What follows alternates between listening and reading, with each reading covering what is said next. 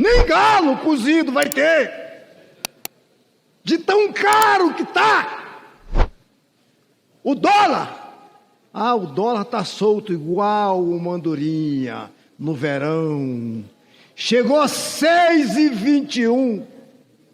6,21, Brasil! Sabe qual é a consequência disso, meu amigo? Vai no mercado.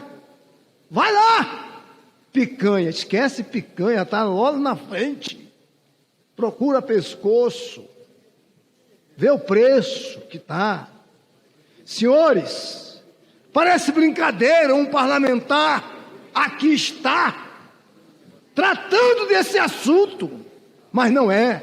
Quem me dera ao menos uma vez provar que quem tem mais do que precisa ter quase sempre se convence que não tem o bastante, fala demais por não ter nada a dizer, como já dizia Renato Russo. Uma economia que funciona privilegiando os super ricos e massacrando o povo pobre. Cabe dizer que o governo Lula é muito importante e vem reduzindo o desemprego, vem tirando pessoas da fome e da miséria, vem ampliando a proteção da biodiversidade e defendendo a democracia. Sem dúvida, Lula, a maior liderança política e popular da América Latina do último século. Agora é um governo pressionado, com contradições internas, um governo que precisa ser defendido para cumprir o programa eleito nas urnas. Um governo pressionado pelo tal mercado financeiro. Eu ouvi uma frase muito relevante hoje. O que segura um presidente na cadeira é a economia. E no mesmo tempo a gente vê um recorde do governo Lula, mais um recorde do governo Lula. Dólar a 6,20. É a economia da Argentina pré-Milei. Sobe ali do outro lado da tribuna os nossos deputados da esquerda para bater palma para a economia do Lula. E esse pacote fiscal, eu quero colocar aqui de forma construtiva, responsável, uma posição contrária.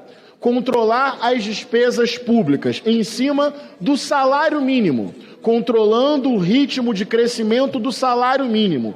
Quem é que precisa do salário mínimo nesse país? O povo trabalhador mais pobre. Restringir o acesso ao BPC, benefício de prestação continuada, para idosos que não conseguiram contribuir com o INSS e pessoas com deficiência que não conseguem trabalhar. Famílias que ganham até 1/4 do salário mínimo. E sob o pretexto de combate a fraudes, e óbvio que tem que combater fraudes, mais restrições ao Bolsa Família. Dependendo do quadro econômico e fiscal, limite ao crescimento também do salário dos servidores públicos. Ou seja, o controle de despesas vai em cima dos mais pobres, dos trabalhadores e trabalhadoras. A grande marca da era petista foi desenvolvimento econômico com redução de desigualdade e inclusão social. E uma das grandes marcas, programas sociais e crescimento real, significativo do salário mínimo. Agora, esse mercado financeiro que joga com especulação e aumenta o dólar de propósito para pressionar o governo, esse mercado financeiro lucra. Só para vossas excelências terem uma ideia, semana passada, a taxa de juros básica da economia cresceu 1%. Isso significa 60 bilhões a mais por ano para os grandes credores, em sua maioria, os bancos. E esse pacote em cima dos pobres, a previsão é de poupar 30 bilhões, os 30 segundos prometidos. Ou seja, para concluir esse raciocínio, a cada % de elevação da taxa de juros, hoje Banco Central controlado por um bolsonarista, que é o Campos Neto, Pompeu, 60 bilhões em despesas financeiras.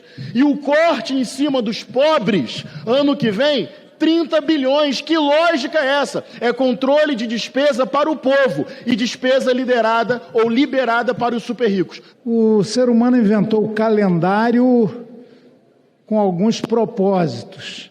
Esses marcos do tempo que sempre nos superam, nós somos limitados por ele, eles servem também para a gente rever nosso caminho, nossa trajetória. O fim do ano no Parlamento, e essa é a última semana, e aliás, hoje, no dia 17, a gente começa com um descumprimento de promessa. O presidente Lira falou que 14h estaria sentado ali para fazermos a pauta, desde que publicada, com relatório, com as assessorias podendo trabalhar sobre elas, mas isso não aconteceu e nem sei se vai acontecer tão cedo como de hábito. À noite é a nossa casa própria para discutir atropeladamente. E eu sempre repito Milor Fernandes, em Brasília à noite todos os gastos são pardos, no sentido de obscuros. A gente quer transparência. E uma revisão importante desse fim de ano, para cada um de nós que temos um mandato de representação e para os nossos partidos, é olhar o que fomos, o que fizemos, como a população a quem buscamos representar nos vê e o que temos votado. Será que há um olhar de elogio para nós, os chamados políticos, embora todo cidadão e toda cidadã seja política e político, não pode renunciar a essa condição? Será que nós estamos em sintonia com o querer maior da sociedade, com o interesse público?